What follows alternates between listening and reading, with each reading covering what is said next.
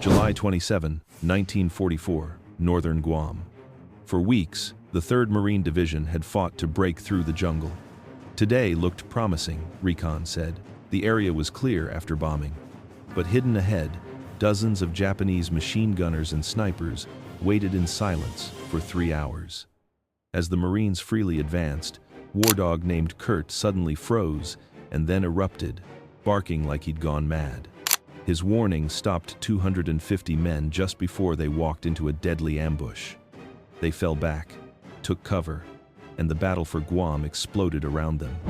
A few weeks before, the Marines had been told not to trust dogs. Not in 1944. Radios had replaced runners. Recon planes could map anything worth seeing. When the Doberman Kurt first joined the unit, most of the officers grumbled that he was a burden, not a weapon. They called him a waste of rations, extra food, water, even medicine in a place where men already went short and the jungle itself could kill. One Sergeant Mallory made his feelings clear. He tossed part of the dog's kibble into the surf, muttering that the damn mutt would starve and save us the trouble. That's what the skeptics said at Camp Pendleton and again on the beaches of Asan. But Kurt wasn't a mascot. He was a civilian donation registered with Dogs for Defense, trained at the Marine Corps War Dog School, shipped to the Pacific with a stamped metal tag and a handler who treated him like a rifle with a heartbeat. His handler, Corporal Red Santos, had spent 6 weeks teaching Kurt 3 kinds of warnings. Low growl for movement, a soft chuff for unfamiliar scent, and a clipped, frantic bark for one thing only: ambush. That crazy bark hits like a trip flare. July 1944, Battle of Guam. Santos throws up a fist. The battalion freezes. Platoon leaders hiss orders down the line. Instead of funneling into a kill zone, 2 companies peel off the trail into herringbone, rifles covering the flanks, BARs set on likely arcs, mortars uncased but silent.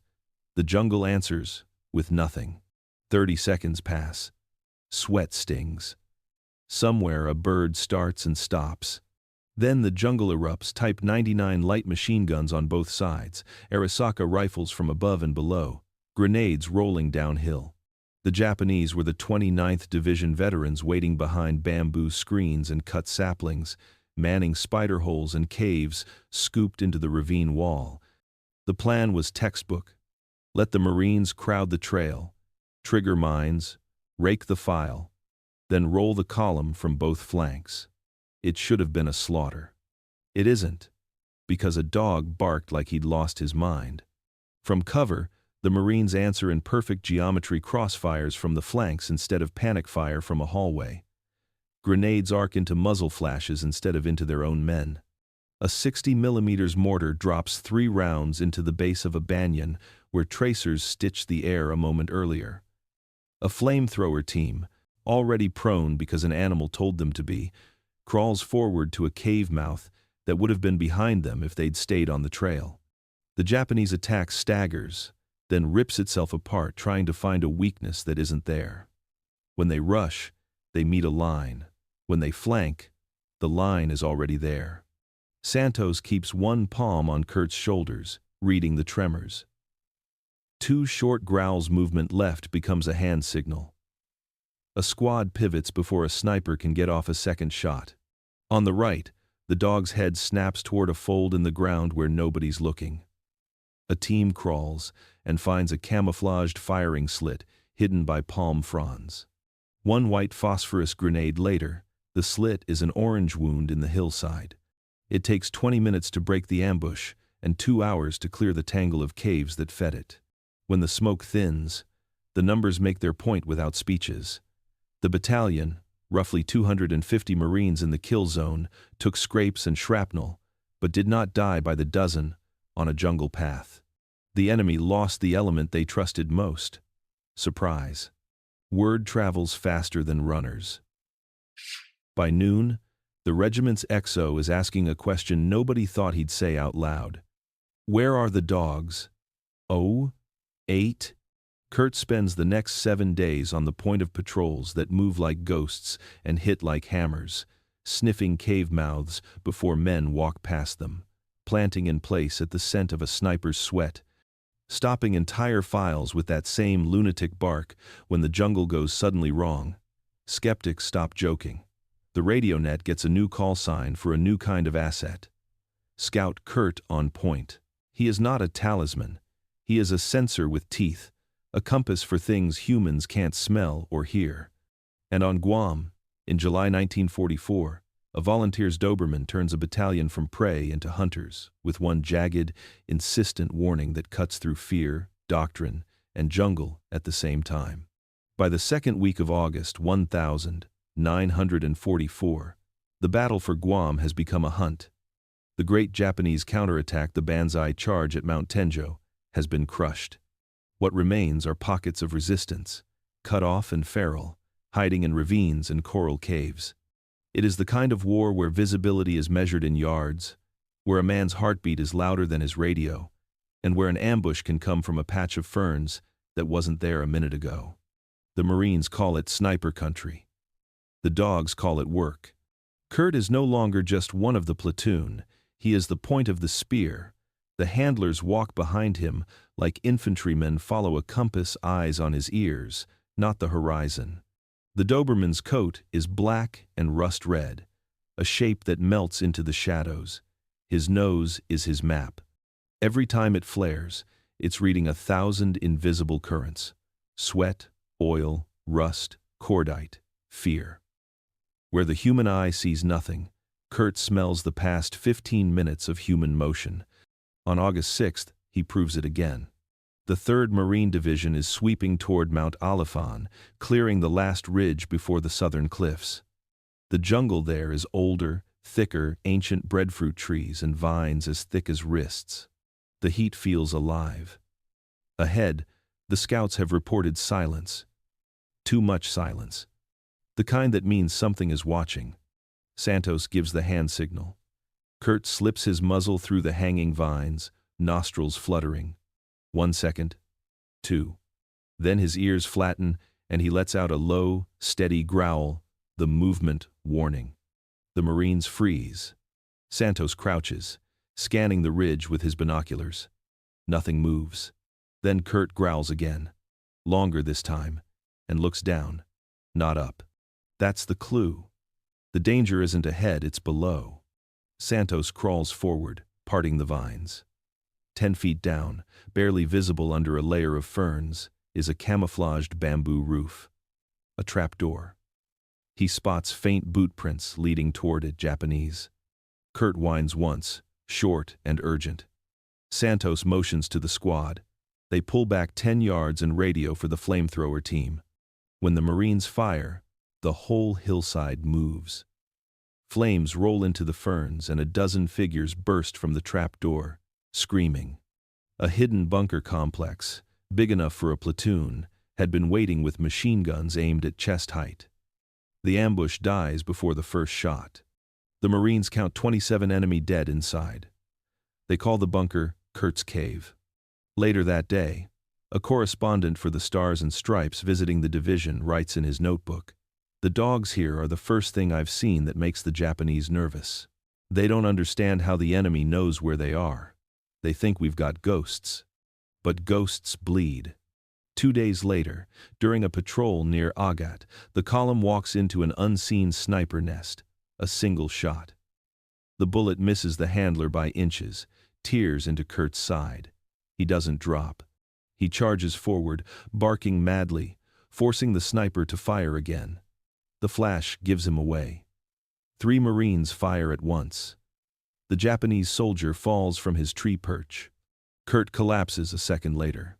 Santos carries him back to the aid station, whispering nonsense words through clenched teeth. The medics try morphine. It's no use.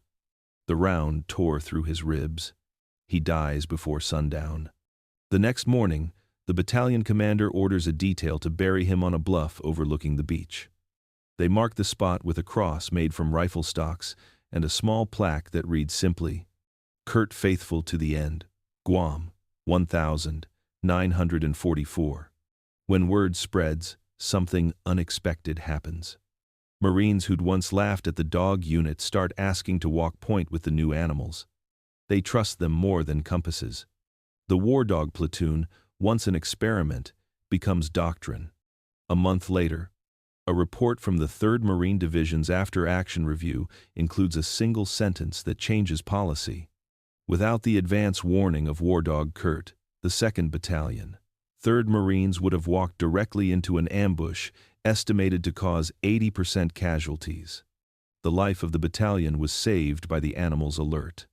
In the field, the Marines are less poetic. They call it what it is: the bark that saved 250 men. Kurt's story spreads across the Pacific by word of mouth and message board. From Peleliu to Iwo Jima, Marines start saying a quiet phrase before each patrol: "Let the dog go first." On Guam, the bluff where he lies becomes an informal shrine. Fresh helmets appear at the base of the cross. The surviving handlers start engraving his name on their dog tags, a silent reminder that one animal's instincts rewrote the way the Marines moved through the jungle. And for the Japanese soldiers who remain on Guam, the bark becomes something else, a sound of impossible fear. Every sudden noise in the jungle could mean a platoon of Marines waiting, guns ready, a dog already knowing where they are. Kurt is gone, but his echo patrols the island long after the shooting stops. The war moved on. Guam was declared secure by August 10, 1944, but everyone knew that word didn't mean safe. Japanese holdouts still hid in limestone caves, slipping out at night to raid supply dumps, slit throats, and vanish into the jungle before dawn. Patrols still vanished too. The island was haunted by echoes, by smells of cordite and rot, and by something else: the memory of a dog that had changed the way the Marines moved. In the months after Guam, Kurt's handler, Corporal Red Santos, was rotated stateside. He didn't want to go.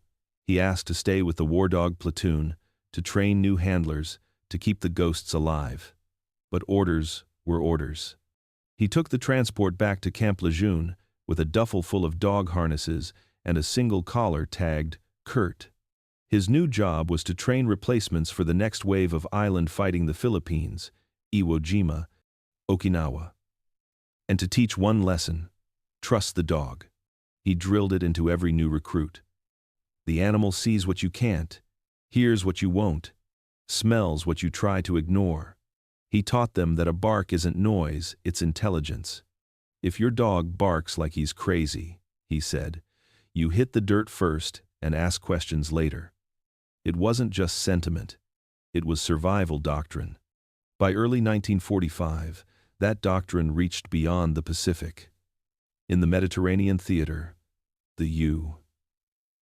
Army's 3rd Infantry Division was fighting its own jungle of olive groves and stone villages in Italy and Sicily. There, another dog would take the lesson Kurt had written in blood and turn it into another impossible story. His name was Chips. Chips was a mutt, part German Shepherd, part Collie, part Husky. He wasn't built for elegance. He was built for nerve. Like Kurt, he had been a civilian pet, donated by his owners through Dogs for Defense. His handler was Private John Rowell of the 30th Infantry Regiment, a farm kid from upstate New York. They trained together at the same war dog school that had produced the Dobermans. Chips was quick, restless, and impossible to intimidate. He had one habit that nearly got him rejected: he'd lunge at anyone who raised their voice. Rowell argued that wasn't a flaw. He just doesn't like bullies, he told the instructors. They let it slide. In July 1943, a year before Kurt's bark in Guam, Chips landed with the 3rd Division at Gela, Sicily. The invasion was chaos, smoke, dust, and gunfire echoing off limestone hills. Rowell and Chips hit the beach with Company C and immediately went forward as scouts. The mission was simple: clear a small village ahead of the landing zone, where intelligence believed German machine gunners had set up to cover the beach. At dawn, the company advanced up a road lined with stone walls and cypress. The first burst of MG-42 fire shredded the dust 10 yards ahead of the lead men. The Americans dove for cover. The gunner had perfect defilade stone house, second floor, field of fire across the road. Anyone who moved died. The platoon was pinned. Rowell tried to spot the muzzle flash but couldn't. The German position was invisible. The lieutenant yelled for flankers to move around. Nobody could. Every approach was covered. The air stank of burned powder and hot metal. That's when Chips started growling, low, guttural, the same warning tone Kurt had given once in Guam. Rowell held him back. The dog strained against the leash, teeth bared, eyes locked on a corner of the house no one was watching. "Let him go," someone shouted. "He sees it." Rowell unclipped the lead. Chips bolted across the road, weaving through smoke. Bullets cracked over his head. He disappeared through a doorway. Seconds later, the MG-42 fell silent. Then came screams. When Rowell and two soldiers reached the house, they found a scene no doctrine had prepared them for. The German gunner was bleeding from his arm, his assistant cowering against the wall, and Chips, muzzle bloody, standing between them, growling like something out of a nightmare. The machine gun's barrel was still smoking. The fight had lasted maybe 10 seconds. The enemy crew surrendered without another shot. The rest of the platoon moved in, cleared the street, and pushed through the village with minimal resistance. The path to Gala was open. In his after-action report, the company commander wrote, "Without the immediate neutralization of the enemy gun position, our advance would have been stopped at the beach." The dog Chips displayed courage and initiative beyond any expectation for an animal. His actions directly enabled the success of the landing force. Back home, the story hit the newspapers. "Army dog captures machine gun nest," the headline said. The photo showed Rowell and Chips, both looking embarrassed by the attention. But among handlers, it wasn't a novelty. It was proof. Proof that Kurt's crazy bark, the instinct the skeptics mocked, had a logic as precise as radar. Detection through fearlessness. For the rest of the Sicilian campaign, Chips worked as a sentry and patrol dog. He detected snipers before they could fire, tracked messengers through shell fire, and once dragged a wounded private out of an irrigation ditch after a mortar strike. Every time he acted, Rowell said, he just knew. By the time they reached Messina, Chips had become something more than a mascot or a morale symbol. He was living doctrine, an unorthodox fix for a problem no machine could solve. Radar couldn't smell gun oil. Radios couldn't hear breathing. Planes couldn't sense the heartbeat in a cave. But a dog could. Kurt had shown the Marines what instinct could save. Chips was showing the Army what instinct could destroy. Both animals were the same kind of genius field modification. Living sensors with courage hardwired into muscle and breath. They weren't superhuman. They were something better supernatural in the way that nature sometimes is, when it's desperate and loyal. And on two islands, half a world apart, in jungles and vineyards, that loyalty was rewriting the mathematics of survival. February 1945. The European front has frozen solid from the Vosges to the Po Valley. The U.S. 3rd Infantry Division, Chips's division, is now fighting through northern Italy, village to village, under skies so low the clouds seem made of smoke. The Germans are retreating but not broken. Machine gun nests and fortified cellars guard every bend. Mines are hidden in every road. And the lesson that began in the Pacific, the one a Doberman named Kurt taught with his life, has made it here. Every platoon wants a dog on point. By now, Chips is a veteran. His coat is scarred where a bullet grazed him at Salerno. His left ear has a notch from flying shrapnel. He's jumpy around thunder but not gunfire.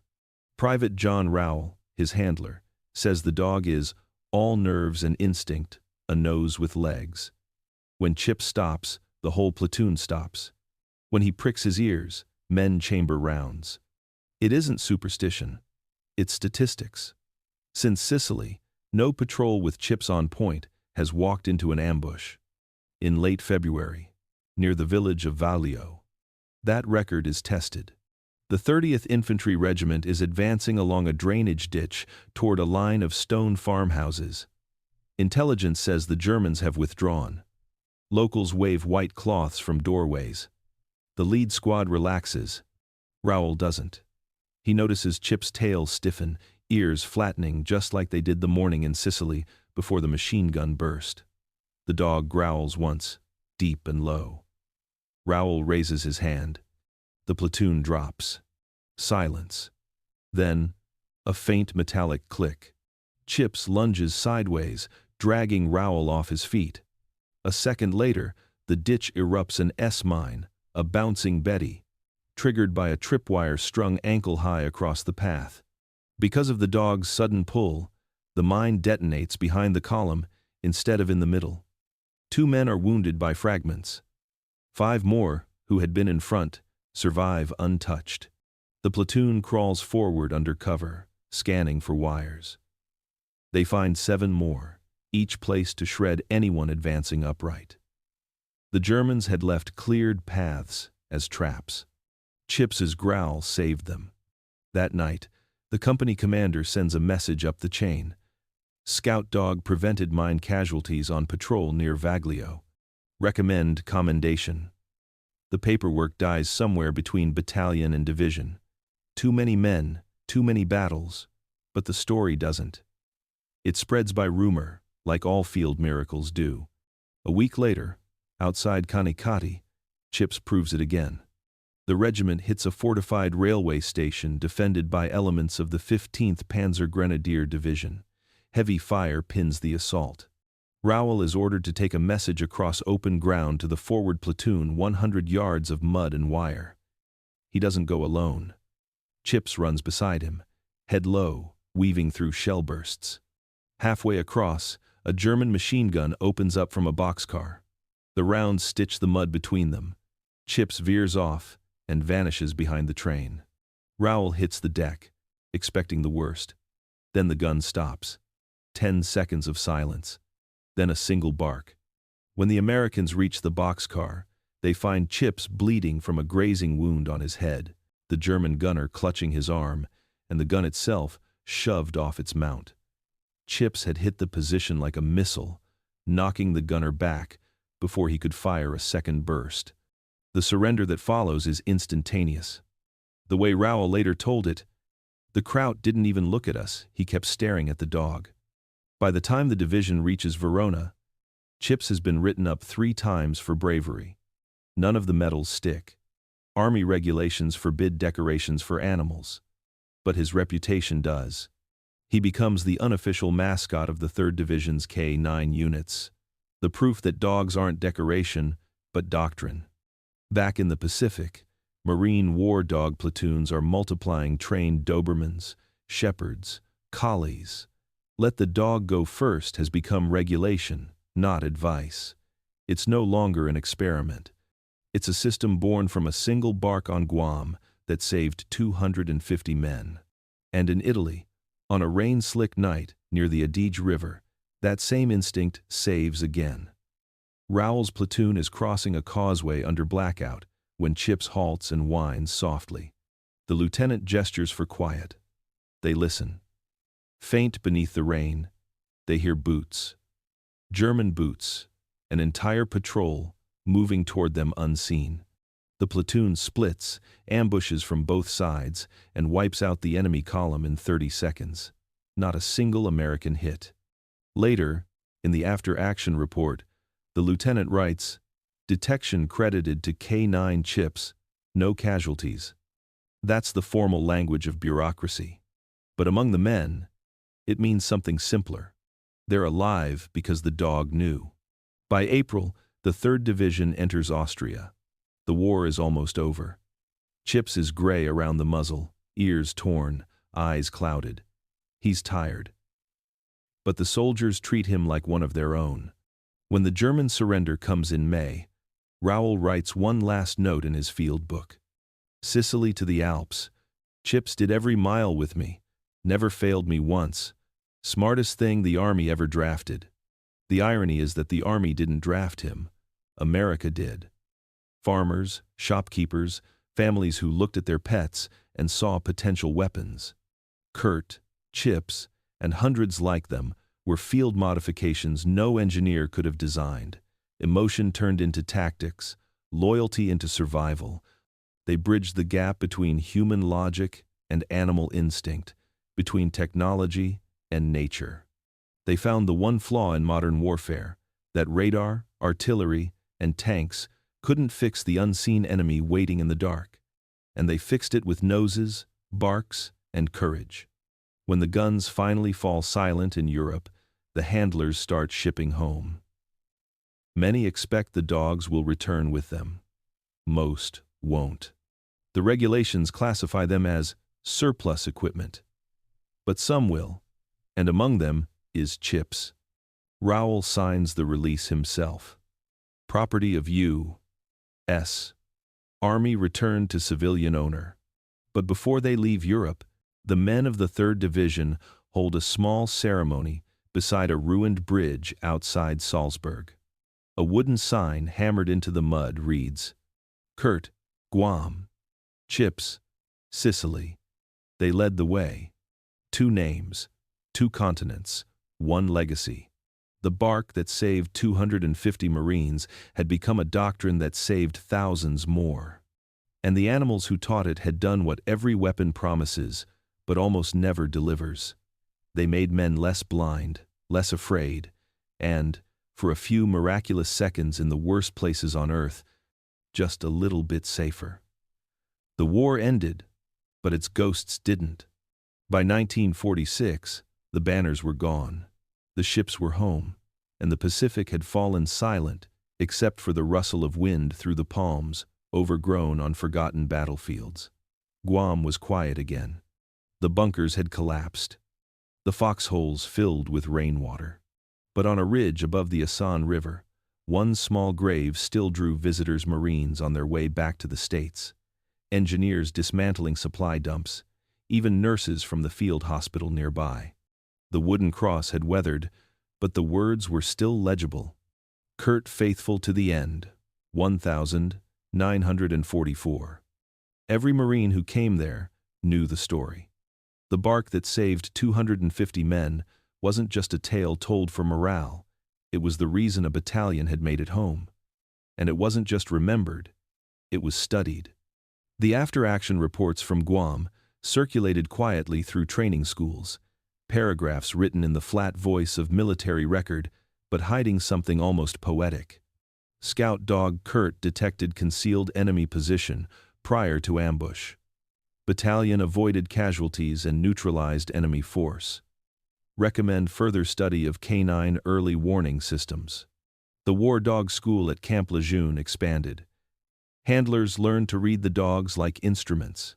The Kurt method became shorthand for pre-contact detection, how to recognize a sudden posture shift, how to distinguish a false alarm from the real thing. It wasn't superstition anymore, it was fieldcraft. And then there were the psychological reports, the part that never made it to newspapers. The men who survived Guam talked about a strange sensation during patrols after Kurt's death. You could almost feel him, one Marine wrote. When the jungle went quiet, you'd listen for a bark that wasn't coming. You'd catch yourself waiting for it, and you'd still stop walking. The instinct remained. Kurt had trained men as much as men had trained him. The same thing was happening thousands of miles away in Europe. The Army, once skeptical of dogs in modern war, now had entire manuals dedicated to them. TM 10396, War Dogs. Training and Employment, printed in late 1945, included a case study titled Incident at Gela, Sicily. It was about Chips. The report read like an engineering diagram, distances, times, angles of fire, but its conclusion was brutally simple. The dog's independent action neutralized an enemy automatic weapon position that had halted an infantry advance. The result was a 200-yard gain in 2 hours, achieved without further loss. Probability of success without canine assistance, low. That language probability, success wasn't sentiment, it was mathematics. Chips and Kurt had moved from legend to equation. But to the handlers, it was never about math. It was about moments, seconds of instinct that separated life and death. Santos, back in civilian clothes in San Diego, could never quite stop hearing that bark in his sleep. He joined the newly formed National War Dog Association and spent the post-war years giving lectures to skeptical officers and curious civilians. His talk was always the same length, always ended the same way. He would pause, look out over the crowd, and say, "Kurt didn't warn us because he was trained to. He warned us because he knew." When Chips came home in late 1945, it was different. The Army discharged him to his original owners, the Wren family in Pleasantville, New York. A photographer from Life magazine was there to capture the reunion. The picture ran in January 1946, Chips in his collar, tongue out, surrounded by the Wren children. The caption read, "Hero, dog returns from war." What it didn't say was that the War Department had almost refused to release him. They had debated whether a dog who'd attacked enemy soldiers could be considered safe for civilian life. Rowell intervened. He wrote to his commanding officer, then to the division chaplain, then to anyone who would listen. His final letter to the adjutant general's office was a single sentence. Chips never once failed his orders. He won't start now. They signed the release 2 weeks later. That year, Chips was awarded an unofficial Silver Star, a Purple Heart, and a Distinguished Service Cross later rescinded because regulations forbade decorations to animals. But those medals didn't matter. What mattered was that he'd changed how the Army thought about the impossible. The final report on the War Dog program listed 559 dogs trained and deployed in the Pacific, 350 inches Europe. It estimated that their collective work had saved hundreds, possibly thousands, of American lives through early detection and morale. But between the numbers, one line stood out. The value of canine scouts lies not only in the enemy they detect, but in the confidence they instill in the men behind them. Confidence. That was the hidden weapon. When a dog froze, everyone froze. When it moved, everyone moved. Fear became focus. Hesitation became caution. The Marines who had followed Kurt through Guam went on to fight in Okinawa, Peleliu, Iwo Jima, and they brought that rhythm with them. In 1948, the Marine Corps erected a bronze plaque on Guam. It bore 25 names, every dog from the 2nd and 3rd War Dog platoons killed in action. At the top was one word, Kurt. The inscription below read, "They did not reason why. They did not question. They simply did the job." Santos attended the ceremony. He was older now, grayer. But when the band played the Marine Corps hymn, he stood as straight as he had in 44. After the speeches, he walked alone to the bluff and touched the stone. Reporters later said he whispered something, but no one heard what it was. That evening, in a letter to another former handler, he wrote, "I used to think he barked because he was scared. Now I know he barked because he wanted to live. And he made sure the rest of us did too." That truth that a single animal's instinct could outthink an ambush had become a quiet part of American military DNA. By the Korean War, scout dogs were standard issue. By Vietnam, they were legends again. But every new generation of handlers carried the same mental photograph. A Doberman in a jungle, back arched, barking like he'd gone mad, and a line of Marines dropping to the ground because they knew what it meant. Somewhere between the bark and the silence that followed, 250 men survived. The Army called it instinct. The Marines called it intelligence. Santos just called it trust.